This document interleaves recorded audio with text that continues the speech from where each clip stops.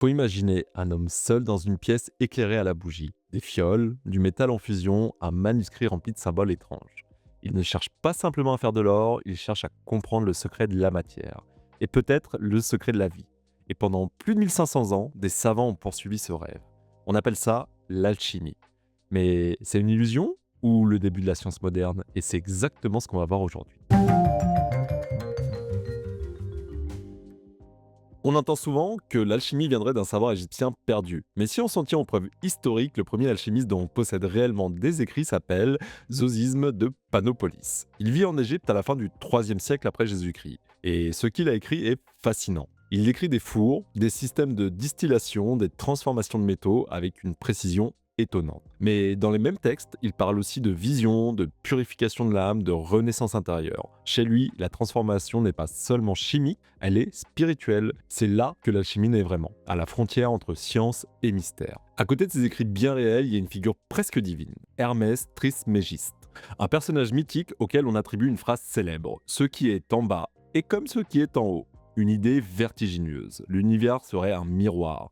Le microcosme reflèterait le macrocosme. Mais aucune preuve historique solide ne confirme qu'Hermès ait existé. L'alchimie commence donc déjà entre deux mondes, le documenté et le symbolique.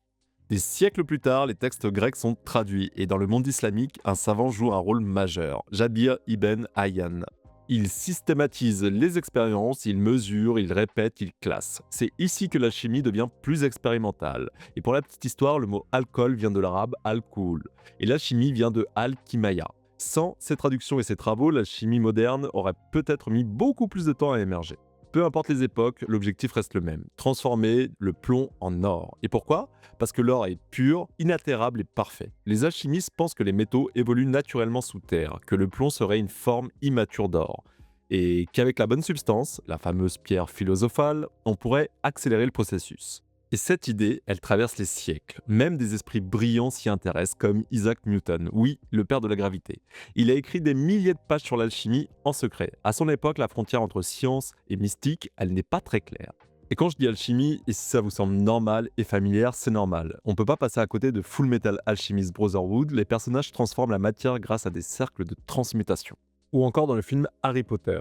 La pierre philosophale existe réellement et elle appartient à Nicolas Flamel, un personnage historique dont la légende dépasse largement la réalité. Par contre, aucune preuve sérieuse ne confirme qu'il ait découvert quoi que ce soit. Mais le mythe, lui, ne meurt jamais.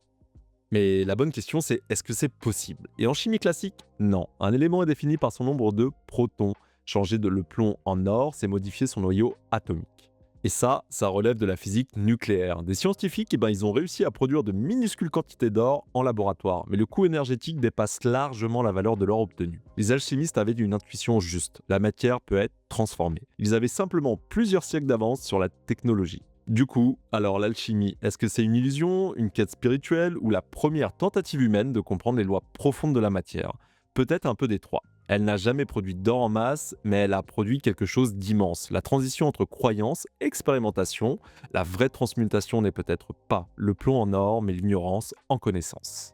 Et si vous voulez une partie 2, parce que j'ai encore beaucoup de choses à dire, dites-le moi en commentaire en écrivant partie 2. C'est tout pour aujourd'hui, j'espère que la vidéo vous a plu et on se